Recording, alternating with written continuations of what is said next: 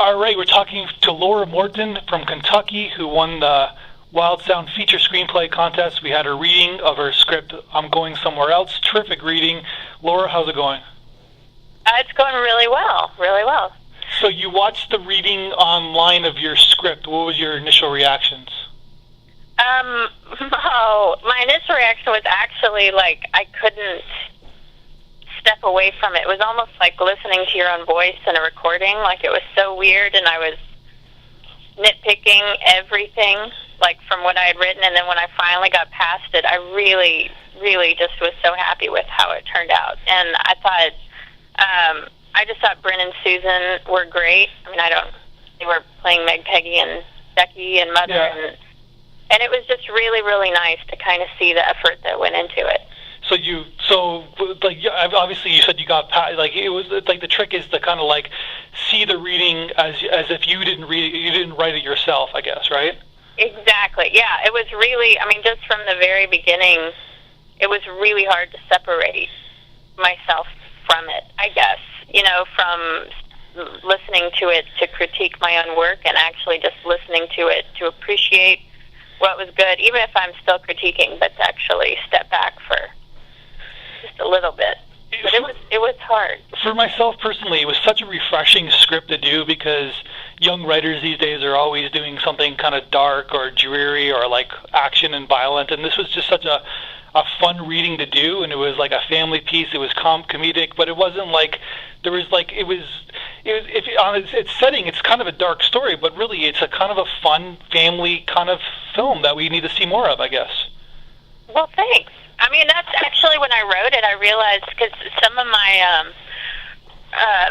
earlier scripts were actually really, really dark and serious, and I guess a few years ago started realizing, you know, I actually really love, I mean, I love stories that have depth to it, but I love it where there's like good, kind of an overwhelming theme, like that there isn't this, you know, like life is horrible and will drag you down and is just waiting to tear you apart, and that there are redeeming qualities in people and in life, and I just kind of started thinking about that, like what does that story look like? And so it is fun that it's noticed, because I mean, I think it does get looked after, because it seems like it is a very tame little story, you know. I mean, it isn't this life-changing, world-ending, someone saving 400 lives and getting killed or something like that. But it's a common story of like a coming-of-age story, but it's a female-driven story. But what I liked about it the most is that it's almost, I joked it with the actors afterwards. I don't even know if you've seen this movie, but I joked it with the actors. It was like a family version of Midnight Cowboy. That is really funny. I'm going to have to remember. Well, that's one way to think of it without the male prostitution. Well, no, because it's like this guy goes to New York City, but he's an idealist. He's a simpleton, meaning that he thinks it's one way, and then all of a sudden he gets a rude awakening. It's another way, and like this girl just goes because she wants to work in this factory, but then she doesn't understand the commercialization and whatnot, that this factory doesn't even exist in New York City. Right.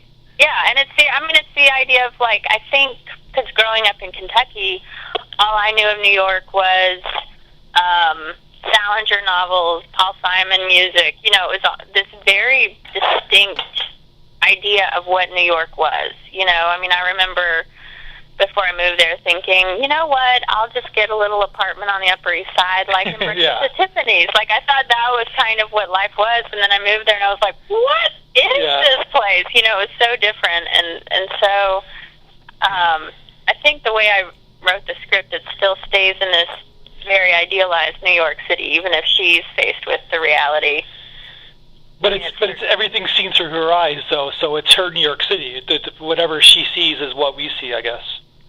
Yeah, and so and she's still trying to just. I mean, it's someone who's very sheltered. So. Yeah, and like the same, like you. So I think you and I have the similar circumstances, because when I was in my early 20s, I went to school. In New York, and I'm from a small town, and it was a huge adjustment. And it seems like you had the similar story. Yeah. Well, I mean, Louisville isn't too small, but actually right before I moved to New York, I was living in a very, very small town in Virginia, like 7,000. I mean, and then my mom is from a town of 80 people in North Dakota. So, like, I had grown up with this, like, the community where I grew up, I mean, just, our neighborhood and stuff. So there was always this very, very small town feel. And then with just the experiences going to my mother's hometown or living in Virginia, I definitely felt like I was from a small town or a much smaller town than Louisville. But yeah, it was that same kind of like jarring, shocking feeling of like you don't say hi to people on the street when you pass them. You don't, just the little things that are naive and people will make fun of Southerners or small town people when they do go to New York. But it is a very jarring thing that there are a lot of strangers, whereas when you're from a small town, there aren't a lot of strangers because the idea is that you know almost everyone you meet, or you meet the people that and get to know them if you don't. So, and I think what made this script work so well is that we all have a Meg Peggy in us. Like we all kind of can relate to this character. So I think naive. No, but we all can have like idealistic, kind of have a dream, and then the dream kind of gets thrown in a different direction. Our family roots kind of like pushing us in a certain direction. Like we all have like even if you grew up in New York City, we all have those kind of feelings of insecurity and like kind of idealistic dreams, I guess. Right, and everyone I think does have to take that step, at some point in their life where they say, I'm either going to do what I really want to do and risk complete failure, or I'm going to stay on this safe road and always imagine what that would be like, to go off into the unknown. And I don't know, I think almost everyone chooses the unknown or is forced to choose the unknown, whether it's school or college or your first job or whatever it is. Yeah. And it just, and I guess all of us, even the most pessimistic, has some little kernel of hope of what this perfect new world would be, in this new experience. And then you're faced with the reality and you go from there. And then she gets saved by her like new surrogate mother, who has her own kind of conflicts of her own. Is these people based on anybody from your own personal life? Well, Ducky is very, very, very loosely based on my great aunt, who she just has had. I mean, it's mostly more just someone who's had all these life experiences that I can't even comprehend. She was in a USO during World War II, and her plane went down, and they lived under a tent under the wing of the plane for a couple weeks. Just these wild stories of just experience, but she also, just her reactions to things are wonderful, and her view of life and passion. And so I guess there were little kernels of that, but it's really not, I don't think anyone is really directly based on anyone. But I guess her arc would be like, it's never too old to live. Like you know what I mean? Like her son's trying to, for whatever reason, is trying to like, kind of like make her stop living, and she refuses to do that. Right. I mean, it's the idea that, apparently, at some point in your life you're supposed to say, oh, my time has passed. But no, you can keep on hoping and keep on, pushing. And I think that was supposed to be the turn, is that Meg Peggy kind of realizes, like what reality is, but also that she can still thrive and exist in the reality of her world, as opposed to just hoping and hoping and hoping things go okay. Like she actually has power and control with her decisions. But I think Ducky is being reminded that she is still someone who's full of passion and ideas and can keep her life going. She doesn't have to give up. And like I said, it's a terrific script filled with certain kind of like themes, and it's a very common story of like a coming of age story. So you did a good job, and you should be very proud of this. And hopefully we did half the justice of your script with the reading itself. The actors really enjoyed themselves doing it. Well, good, thanks. I really loved the reading, and I mean, I myself read, maybe 10 pages from it for something, and that was about it, but so it really, really was wonderful just to be chosen and get to hear the work. Yeah, totally. And is that the girl that you is that who Peggy is, like the physicality of the actress who played her? Like it's something that you imagined? Yeah. Actually, yeah, what's funny is that, like, Peggy is young, and yet I think what was really, really nice about her performance and her physicalities is that she has this very, very young, innocent presence, and yet there were moments when she had a great deal of knowledge and responsibility about her. Like that she never seemed flighty, even if she was a dreamer. And so there was this really nice balance that I thought she captured, even in her looks, but also the way she read it. Yeah, it's a good way to put it. So, congratulations again. What's next for you? What are you working on something else, or? I am. I'm working on a script. It's a pseudo road trip movie about a young woman and her grandmother. Apparently, relationships between 20-year-old women and older, like 20-year-old grandmother characters are a common theme for me. But yeah, I actually, from working on this, of like I said, like I used to write not really dark stories. I mean, I've always liked lighter films, but I think I was trying to write darker in earlier scripts just to kind of get it out, because it felt like that's what good writing was supposed to be, these horrible, horrific moments. And but I think working on something that just had more, like, so much innocence about it, it actually has influenced my writing, and I've gone back to a script that was extremely dark, and I've started to kind of add, or like shift it around where there's more of a sense of innocence and more of a sense of like wonder and optimism, and it has completely changed the whole script, and it's actually funnier, and so this has accidentally affected a lot of my writing.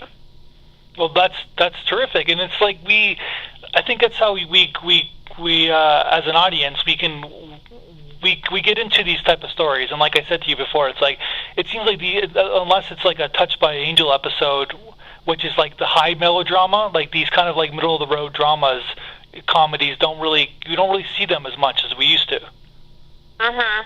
Yeah, and I love old film. I mean, I think that's part of it. Is I mean, I'm a sucker for screwball comedy. Yeah. I mean, and so I think that's kind of it. Where you said, like in older film, language was so important, relationship, and you get to know the character to know why something is funny, and it's always this play on words, and so there were a couple hat tips to kind of older films, and some of the lines just kind of funny. No, oh, really, yeah, like it's there's a classic mentality to the script, but it could be, I know you said in 1985, but it could easily be a modern film. Like, it doesn't need to be set in 1985.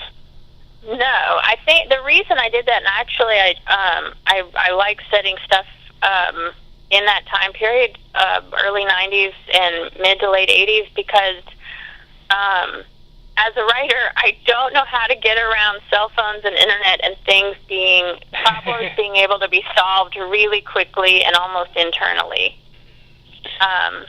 And so that was kind of why, and I mean for other scripts too, why I continue to set them in a time where you couldn't just say, oh, I don't know how to get someplace, let me pull it up on my phone, or I don't know how to get a hold of someone, let me just, call them. Like, yeah. And so just to put these different hurdles in someone's life, and because this was, just kind of this side of almost a fairy tale, it just kind of, modernity kind of just sank it.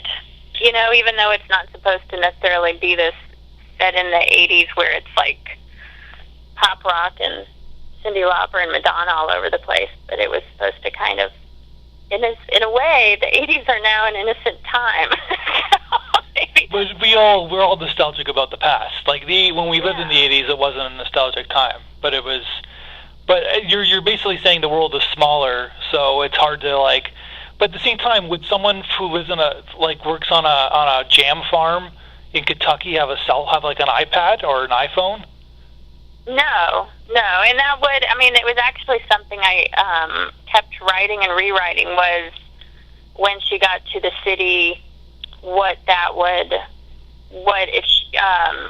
look like if she was thrown into the quote modern world compared to where she came from. So it was more of that, and I just thought, and I liked thrown into the modern world of like old clunky telephones and trying to figure out the world, like I said, like physically and around her, and trying to figure it all out like that, instead of the focus being on, I'm going to figure out the internet, or I'm going to figure out a cell phone, which is very personal and very small.